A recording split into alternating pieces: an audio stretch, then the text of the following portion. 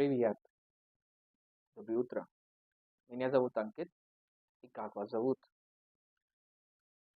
हाल फिलहाल कुछ दिनों पहले कुछ यूरोपियन देशों ने कहा कि वो यूक्रेन को इजाज़त दे रहे हैं कि वो नेटो के दिए वेपन्स को रशिया के भीतर हमला करने के लिए इस्तेमाल कर सकता है। और मिलिट्री समरी यूट्यूब चैनल जो है, यूट्यूब पे मिलिट्री समरी एक चैनल है जो कि यूक्रेन की जो वॉर है उसका अच्छे से एनालिसिस कर रहा है। उसने एक थ्योरी पोस्टुलेट की है कि ये नेटो और सीएसटीओ में युद्ध में बदल सकता है। नेटो जो है western US led military block है, जो कि इसमें यूएस जो है जिसने शुरू किया। सीएसटीओ एक मिलिट्री ब्लॉक है, 6 देशों का समूह, यूरेशियन जो कंट्रीज हैं रशिया को मिला के, वो भी एक मिलिट्री ब्लॉक है। तो क्या ये आपस में भिड़ सकते हैं यूक्रेन के अंदर? और मेरा अंदाजा है नहीं। लेकिन इस वीडियो में हम 3 चीज़ों के बारे में जानेंगे। सबसे पहले तो जो करंट स्टेटस है, नेटो की पोजीशन। दूसरा, सीएसटीओ की जो है शुरुआत। और तीसरा, सीएसटीओ क्यों रशिया की मदद के लिए नहीं आया यूक्रेन के अंदर।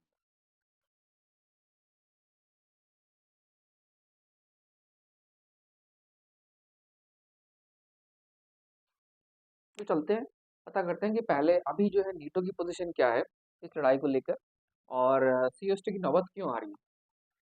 तो जैसा कि आपको याद है कि नीटो के सारे देश मिलके यूक्रेन को हथियार दे रहे हैं रूस से लड़ने के लिए। और अभी तक यूक्रेन जो है, मान लीजिए अगर ये बॉर्डर है, ये यूक्रेन है और ये रूस है, और रूस ने जो है यूक्रेन का कुछ हिस्सा ऑक्यूपाई कर रखा है। ठीक है, रूस की लैंग्वेज में ये लिबरेट कर रखा है, या फिर पर जनरल टर्म्स में इसको, इस एरिया को रिकॉग्नाइज नहीं किया गया है किसी भी देश, तो ये रूस ने इसको कब्जा कर रखा है। तो जो नेटो जो वेपन दे रहे थे वो अभी तक इसी टेरिटरी पर रूस के खिलाफ हो रहे थे, जो हिस्सा यूक्रेन के अंदर यूक्रेन का ही है, माननी। तो जो नेटो वेपन्स है अभी तक रूस के खिलाफ इस्तेमाल हो रहे थे, लेकिन यूक्रेन के अंदर। हालांकि ये का यूक्रेन वाला के द्वारा, हालांकि ये रशिया कह रहा है बार बार कि नहीं, रशिया के अंदर जो अटैक हो रहे हैं उनमें यूक्रेन वेपन्स का, सॉरी, नेटो वेपन्स का भी हाथ है। और इन वेपन्स को जो है नीटो के लोग चला रहे हैं, यूक्रेन के लोग नहीं। ऐसा बहुत बार रशिया ने कहा है, लेकिन इसका अभी तक कोई प्रॉपर प्रूफ नहीं मिला है। मतलब लड़ाई है तो दोनों साइड अलग अलग दावे करेंगी सही, और अभी तक ऐसा कोई कॉन्क्रीट प्रूफ नहीं मिला है। ये हुआ है कि बहुत सारे जो जिसे बोलते हैं मर्सिनरीज, पैसे दे के जो सोल्जर्स हायर किए जाते हैं, भाड़े के सोल्जर्स, मर्सिनरीज, बहुत सारे देशों के लोग, बहुत सारे देशों से मर्सिनरीज यूक्रेन की साइड में लड़ रहे हैं। और रशिया कह रहा है कि भाई ये रेगुलर सोल्जर्स है जिनको मर्सिडीज का नाम दे दिया गया है, ताकि जो एक ऑफिशियल पोजीशन है वो उसमें डिनाई कर सके भाई कि हमारा आदमी है। मतलब कोई फ्रेंच आर्मी का सोल्जर है, वो मर्सिडीज बन जाता है और फिर यूक्रेन में लड़ता है, तो अब वो फ्रांस के झंडे तले नहीं लड़ रहा है ना, तो वो यूक्रेन के साथ लड़ रहा है अपनी प्राइवेट कैपेसिटी में, पैसे देके, पैसे लेके। तो एक तरह से फ्रेंच इसमें ऑफिशियली इन्वॉल्व नहीं। तो रशिया कह रहा है कि ऐसे हजारों लोग हैं जो उनकी रेगुलर आर्मी के सोल्जर्स हैं, लेकिन यूक्रेन की यूनिफॉर्म पहन के लड़ रहे हैं। और ऐसे बहुत सारे वेपन सिस्टम जो नेटो ने दिए हैं उनको ऑपरेट किया जा रहा है इन्हीं सोल्जर्स के द्वारा। मतलब कि यूक्रेन आर्मी की यूनिफॉर्म में है, लेकिन नेटो सोल्जर्स है। तो ये हो रहा है। कुछ दिन पहले क्या हुआ है कि France, UK, USA, Poland, Germany और बहुत सारे बाल्टिक कंट्रीज और भी जो यूरोपियन देश हैं, उन्होंने जो यूक्रेन को इजाज़त दे दी है कि भाई तुम रशिया के अंदर भी, हमारे जो प्रॉपर रशिया है, ठीक है, जो बॉर्डर्स रशिया के हैं उसके अंदर जो है आप हमारे वेपन से रशिया के अंदर जो सैन्य ठिकाने हैं, रिफाइनरीज है, एयरपोर्ट है, और भी इंफ्रास्ट्रक्चर जो मिलिट्री वैल्यू का हो सकता है उसको स्ट्राइक कर सकते हैं। और और रशिया का मानना है कि ये एक डायरेक्ट डिक्लेरेशन ऑफ वॉर है। ठीक है, तो मतलब नेटो वेपन्स रूस के खिलाफ यूज हो रहे हैं अंदर, रूस के अंदर। अगर यूक्रेन में यूज हो रहे हैं तो रशिया कुछ नहीं कह रहा है, लेकिन अगर रूस के खिलाफ यूज हो रहे हैं रशिया के टेरिटरी के अंदर, तो रशिया के हिसाब से नेटो का डिक्लेरेशन ऑफ वॉर है। और इसके लिए रशिया क्या कर सकता है? तो एक आर्टिकल 4 है सीएसटी को, जो कि नेटो के आर्टिकल 5 की तरह है।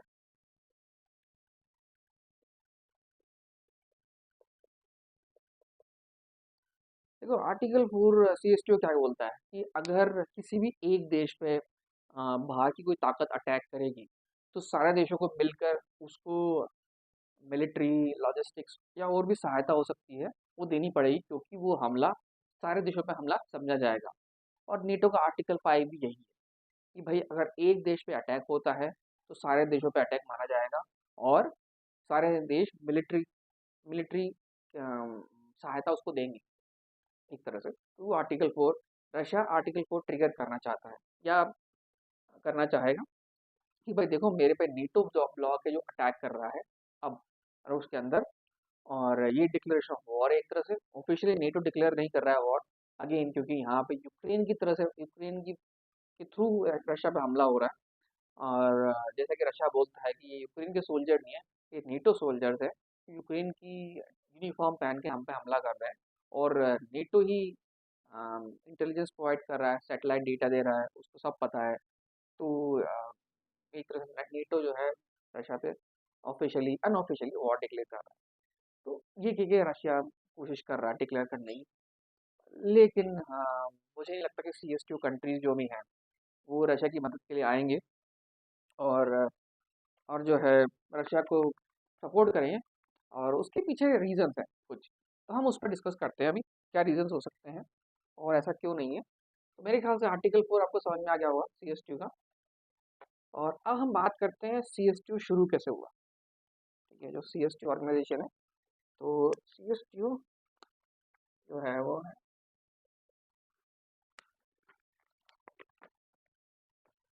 कलेक्टिव सिक्योरिटी ट्रीटी ऑर्गेनाइजेशन, ये इसका नाम है। और इसको 1992 में शुरू किया गया था। 1991 में सोवियत यूनियन कोलैप्स हुआ और 1992 में जो पुराने देश थे उन्होंने सोचा कि भाई एक इतना बड़ा जो सोवियत यूनियन था वहाँ पे उसका विघटन हुआ है, तो बाहर की ताकतें आकर हमको कुछ कर सकती हैं क्योंकि हम छोटे देश बन गए हैं। तो उन लोगों ने मिलजुल कर एक सीएसटीओ नाम से बनाया रशिया की हाउ टू से। जैसे कि नेटो को यूएस लीड करता है, एक तरह से यूएस का ही कहते हैं कि यूएस का सबसे ज़्यादा उसमें इन्वॉल्वमेंट है। 1992 से रशिया ने ही एक सीएसटीओ नाम से ऑर्गेनाइजेशन बनाए। इसमें शुरुआत में काफ़ी सारे देश थे और ये 5 साल के लिए बनाया गया था। उसको बाद में 97 97 में फर्दर और बढ़ाया गया। और मेरे ख्याल से 1999 और 2000 तक आते 2002 तक आते आते ये एक मिलिट्री ऑर्गेनाइजेशन बन गया। जो आर्टिकल 4 जो मैंने बताया था उसकी उसका इसमें इस्तेमाल होने लग गया। और इसमें पहले जो है कुछ एक देश थे, लेकिन धीरे धीरे करके जो है जॉर्जिया, उज़्बेकिस्तान और मोल्दोवा, अज़रबैजान, ये देश इसके ऑब्जर्वर बने, मेंबर बने। लेकिन 2002 2003 तक आते थे, इन सभी ने सीएसटी को छोड़ दिया। ये सब जो है सोवियत यूनियन का हिस्सा थे। अभी जो सीएसटीओ है, अभी का जो सीएसटी है उसमें सिर्फ 6 देश है जो मेंबर है। अ, मैं आपके लिए हिंदी में बताऊँ चलो। रूस उसका मेंबर है, आर्मीनिया आर्मीनिया इसका मेंबर है, और कजाकिस्तान, अ, तजाकिस्तान और किर्गिस्तान। कितने हो, 1 2 3 4 5, एक और मेंबर है बेलारूस। तो जैसे कि आप मैप में देख सकते हैं, ये सब जो है रूस के आसपास है। ये सारे देश रूस के नेबरिंग कंट्रीज हैं। और एक तरह से रूस ने अपने आप को प्रोटेक्ट करने के लिए इन कंट्रीज के साथ ये सीएसटीओ बनाया, ताकि नेटो जो कि बहुत पावरफुल बन चुका था उस समय सोवियत यूनियन के टूटने के बाद, उससे रशिया अपने इंटरेस्ट प्रोटेक्ट कर सके मिलिट्री अलायंस की फॉर्म में। तो ऐसा हुआ और 2002 तक आते आते ये, और अभी ये सिर्फ 6 ही मेंबर है। इससे बहुत ऊपर नीचे हुआ, चीज़ें ऊपर नीचे गई। लेकिन 2002 के बाद ये मिलिट्री अलायंस बना और इसमें अभी सिर्फ 6 ही मेंबर हैं। हिस्ट्री और भी चीज़ें हैं इसकी हिस्ट्री में, लेकिन मेरे ख्याल से समराइज में यही जानने लायक है। तो अब चलते हैं जो मेन मुद्दा है कि क्या CSTO रशिया की मदद के लिए आएगा, ठीक है? तो इसके बहुत सारे रीज़न्स है कि ऐसा नहीं होगा। इनमें से कोई सा भी देश जो है रूस की मदद के लिए नहीं आएगा, और मैं आपको 2-4 रीज़न्स उसके बता सकता हूँ। 2-4 रीज़न्स बता सकता हूँ कि ऐसा क्यों नहीं होगा। मैंने लिखे हुए हैं कि डेट से मुझे दिक्कत, कभी-कभी मैं डेट जो है गलत बोल देता हूँ। और जो कुछ इंसिडेंट हुए, सबसे पहला जो इंसिडेंट था 2008, वहाँ क्या होता कि जॉर्जिया जो एक कंट्री है उसमें दो रीजन्स हैं, साउथ ओसेटिया और अब्खाजिया। ठीक, तो ये सेपरेट हो गए जॉर्जिया से। ये अब जॉर्जिया के पार्ट है, सेपरेट हो गए, रशिया ने इनकी मदद की। और एक तरह से उस समय जॉर्जिया की रशिया वॉर हुई, आई थिंक 3 या 4 दिन की, उसमें जॉर्जिया हार गया। और ये जो हिस्से हैं, मान लीजिए भारत के जैसे दो राज्य हैं वो टूट गए और रशिया की प्रोटेक्शन में आ गए, मतलब एक सेपरेट नेशन बन गए। रशिया ने इनको रिकॉग्नाइज किया, रशिया ने इनको मान्यता दी, रूस ने मान्यता दी, और बाकी किसी भी CSTO मेंबर ने इसको मान्यता नहीं दी। CSTO मेंबर जो थे उन्होंने किसी ने मान्यता नहीं दी। तो ये एक पहला जो हुआ कि रिफ्ट होगी, कि रशिया को लगा कि भाई CSTO मेंबर्स मुझे सपोर्ट नहीं कर रहे हैं या मेरी तरह से नहीं चल रहे हैं। और CSTO मेंबर्स को लगा, जो बाकी छोटे छोटे कंट्रीज हैं, कि हम इसकी तरह से नहीं चल सकते, ये दो रीजन को रिकॉग्नाइज नहीं करेंगे। तो यूनिटी नहीं थी उस समय भी। उसके बाद 2009 में बेलारूस के जो प्रेसिडेंट है, वो अभी भी है, लुकाशेंको, उन्होंने रूस पे आरोप लगाया कि भाई आप जो है जो दूध है हमको डबल रेट पे बेच रहे हो, और जबकि हम जो है एक ही अलायंस है, CSTO के मेंबर है। तो अगर आप ऐसा करोगे तो मैं कैसे जस्टिफाई करूंगा कि कल को अगर मान लो कजाकिस्तान में कुछ होता है, तो मैं कैसे जस्टिफाई करूँगा कि कजाकिस्तान के जो, सॉरी, बेलारूस के जो लड़के हैं या मिलिट्री मेंबर्स हैं वो कजाकिस्तान में जाके लड़े या जान गंवाएं। मैं उन माओ के कैसे जवाब दूंगा अगर आप हमें डबल में रेट में मिल्क बेच रहे हो। तो उस साल के CSTO समिट में बेलारूस शामिल नहीं हुआ। हालांकि बाद में इनकी झगड़े सुलझ सुलझ गए, लेकिन ऐसा नहीं हुआ। उसके बाद 2002 में एक अजीब वाक्य हुआ। जो कंट्री किर्गिस्तान, किर्गिस्तान जो है कंट्री है, वो शेयर करता है बॉर्डर, मेरे मैप में नहीं दिखा रहा, जो वो शेयर करता है बॉर्डर उज़्बेकिस्तान से, जहाँ तक मुझे पता है। एक मिनट में देख लेता हूँ।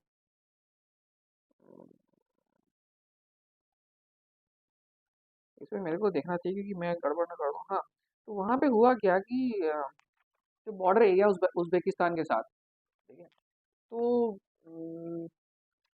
वहाँ पे इथनिक उज़्बेक और इथनिक किर्गिज़ लोगों के बीच में क्लैशेस होना शुरू हुए। और किर्गिस्तान ने उज़्बेकिस्तान को अक्यूज़ किया कि भाई वो इन लोगों को भड़का रहा है, ठीक है। और एक तरह से किर्गिस्तान ने CSTO के पास गया और कहा कि भाई अब आर्टिकल 4 ट्रिगर कर रहा हूँ मैं, मेरे पे हमला हो रहा है, आप सेना भेजो मदद के लिए। और एक चीज़ याद रखने की जरूरत है कि इन सब CSTO कंट्रीज में रूस सबसे बड़ा है, इकोनॉमिकली भी उसकी मिलिट्री बड़ी है, टेक्नोलॉजिकली भी एडवांस है। तो रूस मदद भेजे, ये ज़्यादा सूटेबल है, ना कि ये छोटे छोटे कंट्रीज रूस की मदद करें, क्योंकि हर चीज़ रूस के हिसाब से चलती है। वो बड़ा कंट्री है, कंट्रीब्यूशन ज़्यादा है इकोनॉमी वाइज। तो किर्गिस्तान की मदद के लिए कोई गया नहीं। और जो उस समय के रूस की जो लीडरशिप थी उसने कहा कि भाई ये चीज़ तुम्हारे अंदर हो रही है, मतलब तुम्हारी कंट्री के भीतर हो रही है। जो लोग हैं उज़्बेक एथनिसिटी के और किर्गिज़ हैं, और बॉर्डर एरिया जरूर है पर है तुम्हारी कंट्री के अंदर, और बाहर से कोई अटैक नहीं।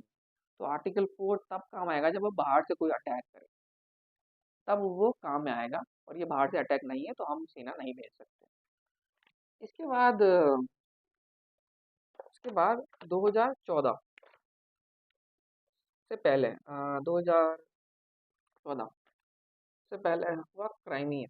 अगर आपने पता हो कि क्राइमिया यूक्रेन का हिस्सा था, इसे 2014 में रशिया ने टेक ओवर कर लिया। और उनका रीजंस थे कि भाई क्राइमिया में जो इथनिक रशियन थे उनकी मेजॉरिटी है, और यूक्रेन की जो लीडरशिप है वो उनको परसिक्यूट करेगी या उनको मारेगी। तो रशिया ने इस बेसिस पे वो हिस्सा अपने कब्जे में ले लिया।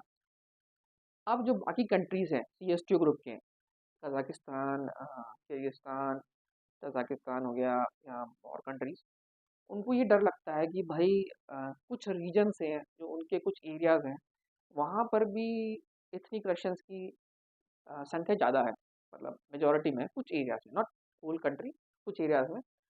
कल को जो रूस है वो यही बहाना लेके, जो उन्होंने क्राइमिया में किया कि भाई एथनिक रशियंस पे अत्याचार हो रहा है, वो कजाकिस्तान और किर्गिस्तान के वो भी जो भी हिस्से हैं वहाँ पे भी कंट्रोल कर सकता है या अपने हिस्से में ले सकता है, अगर ये बहाना देके। तो इन कंट्रीज ने क्राइमिया को रिकॉग्नाइज नहीं किया है, और एक तरह से ये वो वेस्टर्न कंट्रीज की या दुनिया भर के साथ है, ये इलीगल ऑक्यूपेशन है रूस का।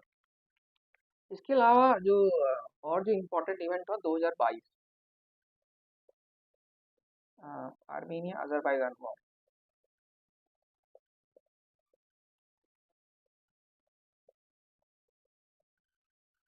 देखिए 2022 में यूक्रेन युद्ध शुरू हुआ, रशिया यूक्रेन में गया, और जो CSTO कंट्रीज है उन्होंने उसको सपोर्ट वगैरह नहीं किया है, कुछ कहा नहीं है।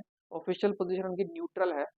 वो वो कुछ कहना नहीं चाह रहे हैं इस बात पे। वो एक तरह से बिजनेस कर रहे हैं रूस के साथ भी और वेस्ट के साथ भी, क्योंकि रूस उनका सबसे बड़ा इकोनॉमिक पार्टनर है, और वो उससे पंगा मोल लेना नहीं चाहते, लेकिन वो दुनिया की नज़रों में भी रूस का एक जैसे बोलते हैं ना, पिट्ठू नहीं बनना चाहते, रूस का जैसे बोलते हैं वैसल स्टेट।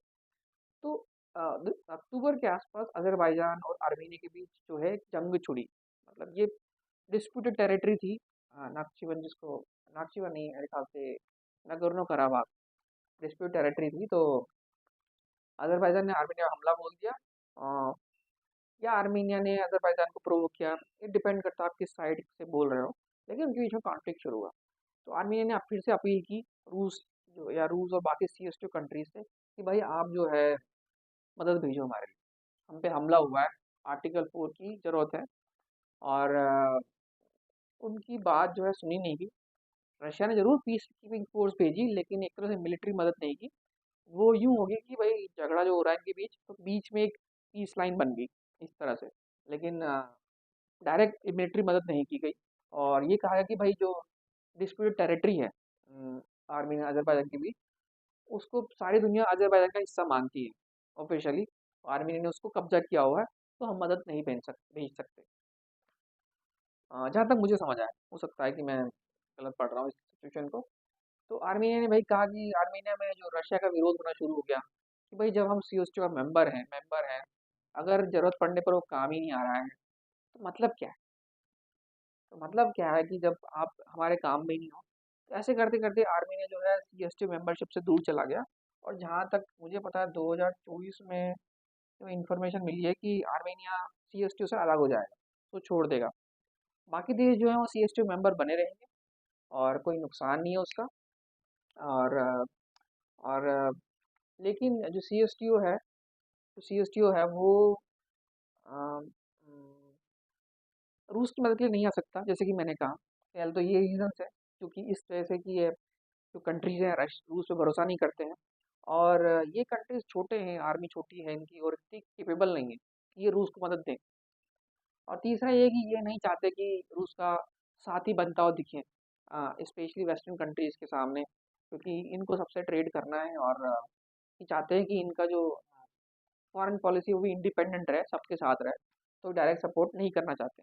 हाँ, ये हो सकता है कि ये कुछ ऑफिशियल स्टेटमेंट दे दें या कुछ थोड़ी बहुत मदद कर दें, लेकिन डायरेक्ट इन्वॉल्वमेंट नहीं होगा।